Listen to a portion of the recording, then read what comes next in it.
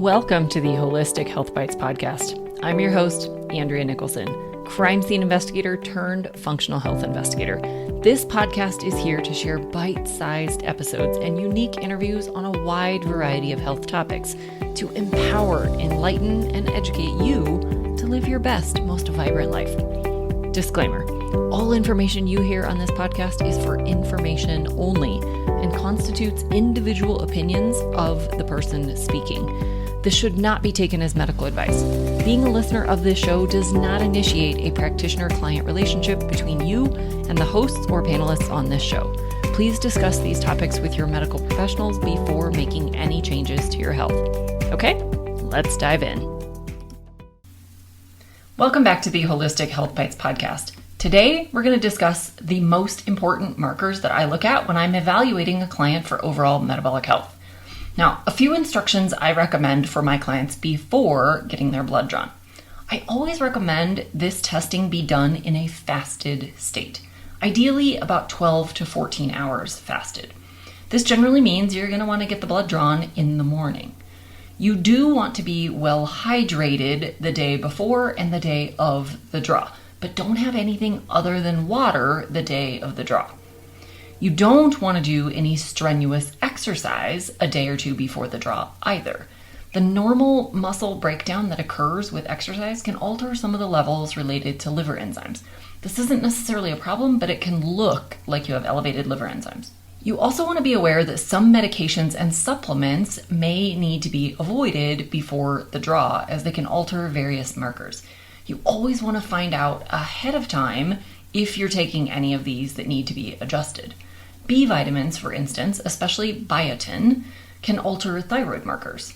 Some medications or supplements will need to be skipped for up to a week, so be sure you ask early. You also do not want to have your blood drawn on a particularly stressful day or if you're feeling under the weather. Reschedule it when things are back to normal. Okay, now I run a very comprehensive panel, so I am not going to discuss every single marker I look at, but I'm going to talk about the top 10 that I look at related to metabolic health. I'm going to run through this whole list of markers, but I want you to know that I don't hyper focus on any one marker. I'm going to look at combinations of markers and overall patterns. Lots of things can throw off a single marker, so it doesn't necessarily mean you have a problem. The first marker is fasting glucose. Ideally, we want this between 70 and 90 milligrams per deciliter. This is your blood sugar level.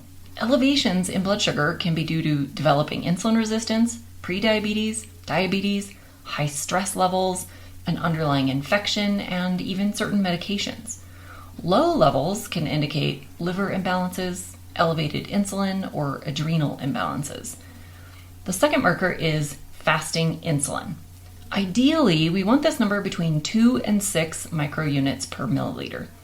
Elevations in this number can indicate insulin resistance, prediabetes, diabetes, or other pancreatic issues. Low levels of this hormone can indicate type 1 diabetes, issues with the pituitary gland, or even some other pancreatic issues. The third marker is hemoglobin A1C.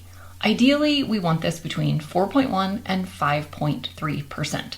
This is a marker of how much sugar has attached to your hemoglobin protein. This can give an estimation of how much sugar has been in your blood over the lifetime of your red blood cells. Elevations can indicate insulin resistance, elevated blood sugar averages, iron deficient anemia, nutrient deficiencies, or other issues with your hemoglobin. Low levels can indicate low average blood sugars, hemolytic anemia, blood loss, or even some kidney issues. These values can also be altered based on the health of your red blood cells. If your cells are dying early, there's just less chance for the sugar to have attached, so your value will be artificially lower. If you are exceedingly healthy and your cells are living longer, there's more opportunity for sugar to attach, so your value may actually show increased. This isn't actually a problem, but we have to take it into context with the entire client picture. The fourth marker is triglycerides. This is going to be found on your standard cholesterol lipid panel. Ideally, we want this between 50 and 100 milligrams per deciliter. Higher values can indicate that you might not be metabolizing fat very well, you might be taking in too many carbohydrates, You may have high blood sugars, liver imbalances, thyroid imbalances, heart disease, or be taking in too much alcohol. Low levels can indicate that you might be not getting enough fat in your diet. You might have a vegetarian diet, liver or biliary dysfunction. You might have overactive adrenal glands, low stomach acid, or you might be over-exercising. The fifth marker is HDL. This is also found on your standard lipid panel. Ideally, we want this between 55 and 75 milligrams per deciliter in males and 65 to 85 milligrams per deciliter in females. High levels can indicate some autoimmune disorders, certain medications, underactive thyroid, or too much alcohol intake. Low levels can indicate high carbohydrate intake, liver dysfunction, fatty liver, low-fat diets, oxidative stress, diabetes, or metabolic syndrome, heart disease, overactive thyroid, lack of exercise, or even heavy metal exposure. The sixth marker is uric acid. Ideally, we want this level between 3 and 5.5 in females and 3.5 to 5.9 in males. High levels can indicate oxidative stress, inflammation, gout, leaky gut, kidney insufficiency, insulin resistance, fatty liver, obesity, or cardiovascular disease.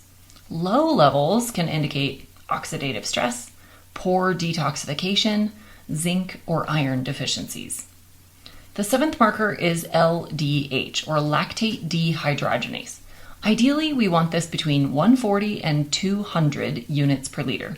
High levels can indicate liver or biliary dysfunction, cardiovascular disease, anemia, tissue inflammation or destruction, certain viral infections, biliary obstruction, fatty liver, or other liver imbalances.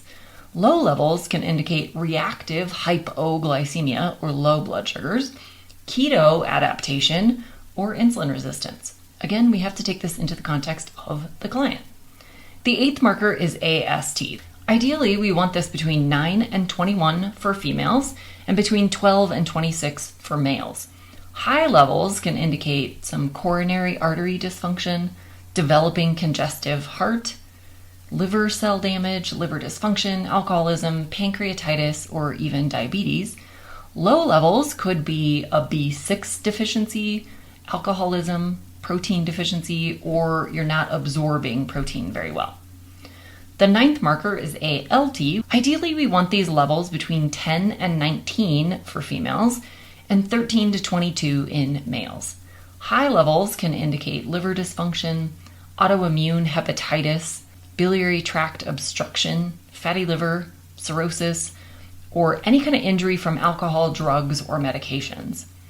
Low levels can indicate some liver imbalances, early stages of fatty liver, B6 deficiency, too much alcohol, protein deficiency, or not absorbing protein very well. And the final marker is called GGT. This is another enzyme that the body makes. Ideally, we want this between 10 and 24. High levels can indicate dysfunction in the biliary tree, biliary obstruction or stasis or insufficiency, too much alcohol consumption, liver cell damage, liver dysfunction in general, pancreatitis, pancreatic insufficiency. You could have a deficiency in glutathione or oxidative stress. Low levels can be a need for magnesium or more protein or not absorbing protein very well. Now, of course, we're going to combine all of these markers with the rest of the markers that are going to evaluate kidney, thyroid, iron, blood cell health, immune system, etc., in addition to the client presentation, symptoms, medications, and overall health. All combined, this informs us on the direction to take your personal protocol for nutrition, lifestyle, supplements, or medications. Now, I don't personally deal with the medication side. Your medical provider should be included in any changes you're making. Do you have questions about these markers? Email me. Do you want to run your own panel and get a comprehensive review of your results? Order your own labs in my online store and I will do a detailed dive over your results with you. I'll leave a link in the show notes. Until the next, be well and vibrant. Thanks for being a faithful listener to the podcast. I'd love it if you left me a 5-star review on this podcast so that others can more easily find this valuable information. Did you know I also work one-on-one with clients? I approach solving health challenges like I approached solving crimes, by conducting a thorough investigation into your case. Sadly, hundreds of millions of people in the US have insulin resistance, prediabetes, and diabetes, and the vast majority have no idea. I'm here to fix that. If you struggle with low energy, stubborn weight, hypertension, sleep disturbances, or any other undesired symptoms, let's talk. All you have to do is schedule a free call. The link will be in the show notes. And no, you do not need to live near me.